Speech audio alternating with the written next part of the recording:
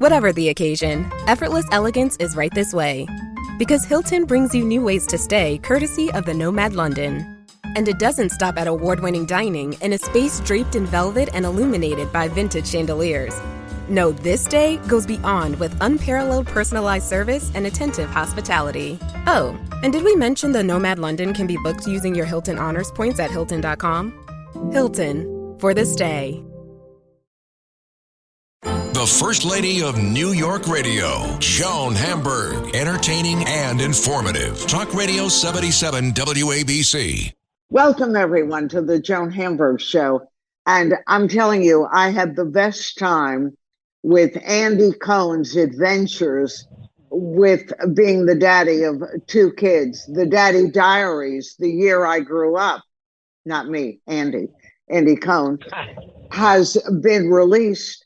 And this, I'm sure, is going to be another one of Andy's bestsellers. He's already had at least 4. He's the host and the executive producer of Watch What Happens Live. That's the Bravo show, the interactive talk show. He's the executive producer of the Real Housewives franchise. He does their reunion specials. I mean, his mother is ecstatic. He won Emmys, 2 Peabodys, and he's a New Yorker now with 2 kids. We always followed Andy's adventures in the social scene that he and his friends were privileged to belong to. And then he became a daddy and his world changed. So what made you decide, Andy, at this point, to put it all down for everyone to see and experience? Well, as you know, Joan, first of all, it's an honor to talk to you again today.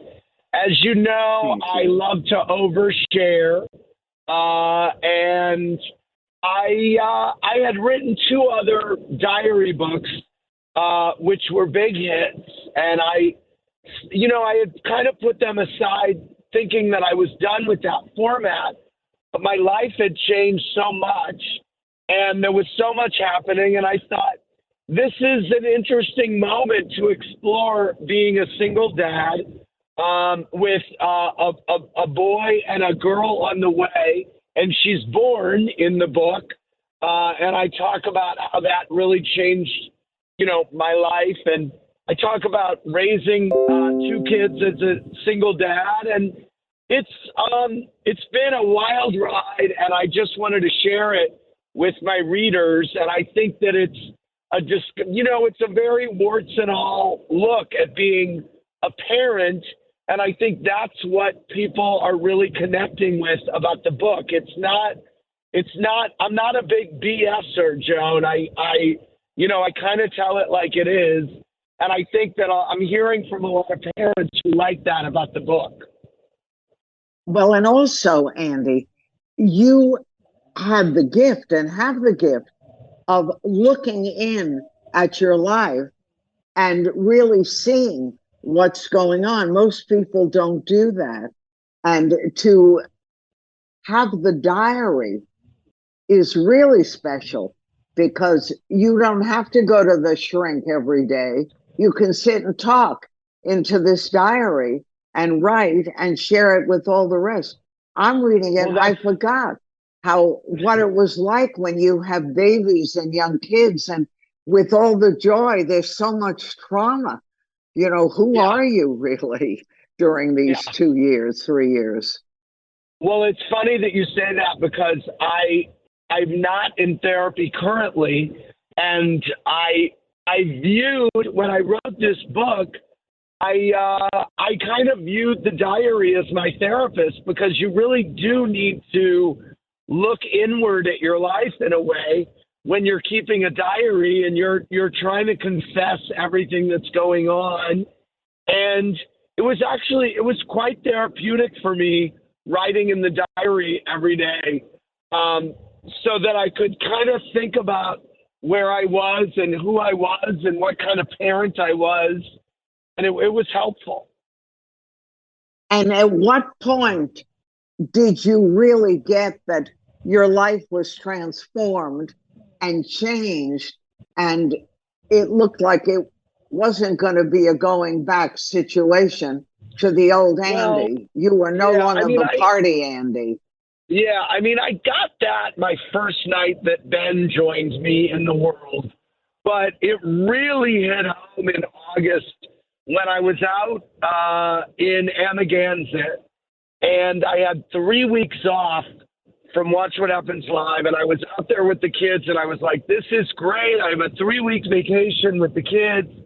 And I quickly found out that there's no such thing as a vacation with the kids, and that it wasn't especially fun having Yeah. 3 weeks off with a teenager and a newborn. I was like, well, this is kind of hell on earth in a weird way.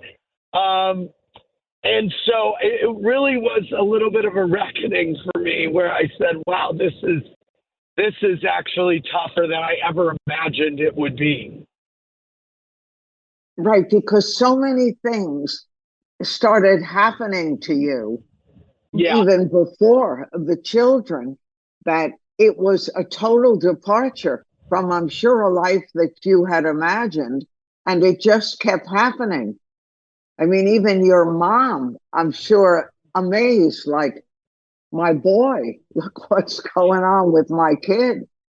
Yeah. I mean, I think having the kids, and I will say, having kids later in life, it was great for me because I was able to fully be comfortable in the person that I was, and also I don't have much FOMO anymore. Whereas I used to want to be at every party that was happening, and I get it. I wanted to, I didn't want to miss anything. Now I'm quite comfortable staying home with the kids every night, and it's all good. So I think that was really great. And in terms of my parents, it's been such a mitzvah for them. I mean, we're With the all later in babies. life. I'm in my early 50s. My father's 90. My mom's 86. And now they get to have these new grandkids. I mean, it's given everyone a new lease on life in a way in my family. Well, it all sounds very exciting, and it's a whole different thing. What I don't get is how you took the whole housewife thing and meshed it into everything else. Yeah, I mean, listen, the housewives are overtaking the world. It's wild. I can't, if you would Yeah, have but told me 16 years ago that we would still be talking about this, I don't know if I would have believed it. no, and nor would the rest of us have believed it when Yeah. it first started. Housewives, who knew? And Yeah. everyone becomes addicted, and everyone wants to be a housewife. I know, it's wild. I think I was a big fan of All My Children growing up. And I think that the housewives have kind of replaced the soap opera in a weird way because we've taken great care at trying to keep each of the cities going and removing people and adding people and bringing people back. But I love the format. I love soap operas. And so I think part of my love of soap operas comes through with the housewives. So Andy's latest is the Daddy Diaries. He calls it The Year I Grew Up. And believe me, we can all relate to that, only we're not a single guy who's dealing with all this as you are. But are you satisfied now? Even that lingering of a little bit of having to be part of everything, which you did. And you could still do it, but it's a little complicated when you have to get up at the crack of dawn and make breakfast and do all those things. I wish I got more sleep now that you mention it, but otherwise, I'm that's good. Hard. Yeah. That's hard. And kids are voracious. They're so demanding. When we look in, we don't realize. And then if it happens to us, we're lucky enough, the world totally changes. Do you feel you're missing out on things? What is it you want now that you apparently have everything? You know what? I'm good. I'm good. I'm not. I don't really want for. I want world peace. I want us to be able to communicate with each other again. Everything's so divided. In my own life, I'm very happy. But boy, I thought housewives were demanding. I didn't really know until I had kids what demanding is. Yeah, I'm telling you, voracious. And Yeah, it doesn't change. It's just you change as they go yeah, from the constant care and needs to teenagers. Well, you can look back on your own life yeah, and understand all the things that are coming next. yeah. And do your kids ever question you as a single dad, or this is their life and they don't even think about it? Well, my son, he started to say he wants another dad because I think sometimes when I say no to him, he wants to be able to go to someone who will say yes. Right. And he sees, he doesn't, we don't know other single parent families, but we certainly know a lot of other kids who have two dads. And so Right. I'm happy for him that he sees other kids that have two dads. So he sees that there are a lot of different ways to make a family. But maybe that's the one thing I don't have. Maybe I need to get on Tinder a little more and bring home another dad for Ben. But that sounds very complicated at this stage. Well, it You does know, to me too.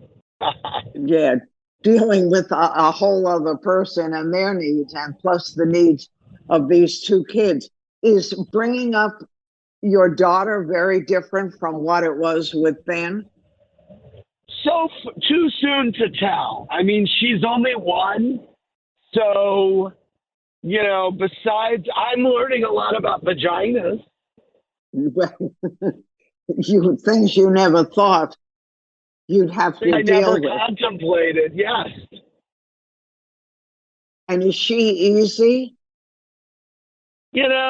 I mean, she's a Taurus. She's a little more strong-willed than Ben ever was, so I think I'm in for it. But I think that was I knew that even before she was born. Her name is Lucy, and that's a very strong name, and she's a very strong girl.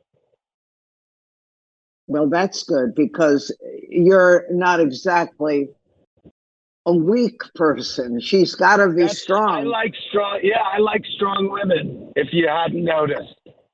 Yeah, of course. And you're surrounded by a lot of strong women too. Yes, I am. So, do you still have time to have fun? I make time to have fun. That's not easy. It's not And easy, of course, but I live life to the fullest.